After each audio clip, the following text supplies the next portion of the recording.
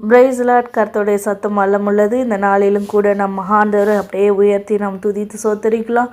பிதாவே உம்மை உயர்த்துகிறோம் ஆண்டவரே. இயேசு கிறிஸ்துவின் நாமத்தினாலப்பா இந்த நாளிலும் கூட நிறைய எங்களோடு பேசுங்க ஆண்டவரே. கிருபையாய் மட்டும் எங்களை நடத்தி வருகிற என் தேவனை நாங்கள் உயர்த்துகிறோம் இயேசுவின் நாமத்தில் பிதாவே, ஆமேன். இந்த நாளில் ஏசப்பா நமக்கு கொடுக்கிற வசனம் தானியேல் 6ஆம் அதிகாரத்தில் 10வது வசனத்தை நான் வாசிக்கிறேன். தானியேலோ வென்றால் இந்த பத்திரத்துக்கு கையெழுத்து வைக்கப்பட்டது என்று அறிந்த போதிலும் தன் வீட்டுக்குள்ளே போய் தன் மேல் அறையிலே எருசலேமுக்கு நேராக பலகணிகள் திறந்திருக்க அங்கே தான் முன் செய்து வந்தபடியே தினமும் 3 வேளையும் தன் தேவனுக்கு முன்பாக முழங்கால் படியிட்டு ஜெபம் பண்ணி சோத்திரம் செலுத்தினான். பாருங்க, ஏசப்பா அங்கே என்ன அழகா தானியேலை குறித்து சொல்றாரு.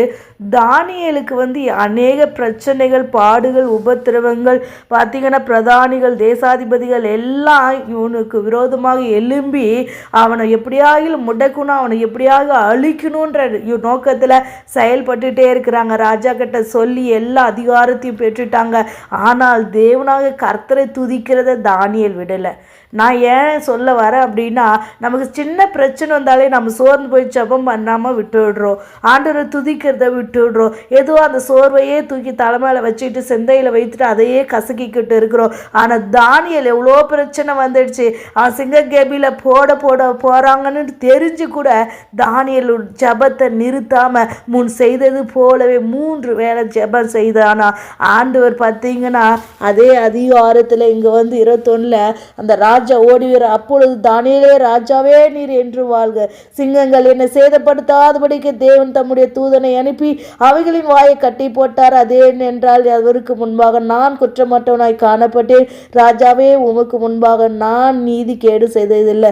பாருங்க, சிங்கக்கேபியில் சிங்கங்களுடைய வாயை கட்டி ஆண்டவர் தானியேலை காப்பாற்றினார். அப்படி நம்ம ஜனங்கள், நமக்கு விரோதமாக எழும்புகிறவர்கள், அவர்களெல்லாம் கர்த்தர் பார்த்து கொள்ளுவார். நீங்கள் செய்ய வேண்டியதெல்லாம் ஒன்று தான்.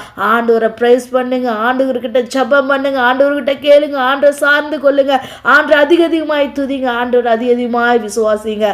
அப்போது உங்களுடைய பிரச்சனைகள் எல்லாம் ஏசப்பா அன்றே சோத்திர பார்த்து கொள்ளுவார். ஜெபமெல்லாம் பரிசுத்தமுள்ள பிதாவே, கேட்டிருக்கிற சகோதரிகள், சகோதரர்கள், பிள்ளைகள் யாவராக இருந்தாலும் ஆண்டவரே தானியேலை போல ஜெபிக்கிறவர்களாய் மாறுவார்களாக. தானியேலுக்கு எவ்வளோ பிரச்சனைகள், பாடுகள், கஷ்டங்கள், நிந்தைகள், நெருக்கடிகள் வந்தாலும் ஜெபத்தை நிறுத்தாதபடிக்கு, இவங்களுடைய சூழ்நிலைகள் எல்லாம் பார்க்காதபடிக்கு இவர்கள் ஜெபிக்கிறவர்களாய் மாறட்டும் என்று சொல்லி இயேசுவின் நாமத்தில் ஜெபிக்கிற கேட்கிற ஒவ்வொருவரும் தேவனுடைய வல்லமையும் மகிமையும் கிருபையும் இறங்கியப்பா அதிகமாய் இவர்களுக்குள்ள ஜெபாவி ஊற்றி இவர்களை அன்றே கையில் எடுக்கும்படியே நான் ஜெபிக்கிற ஆண்டவரே.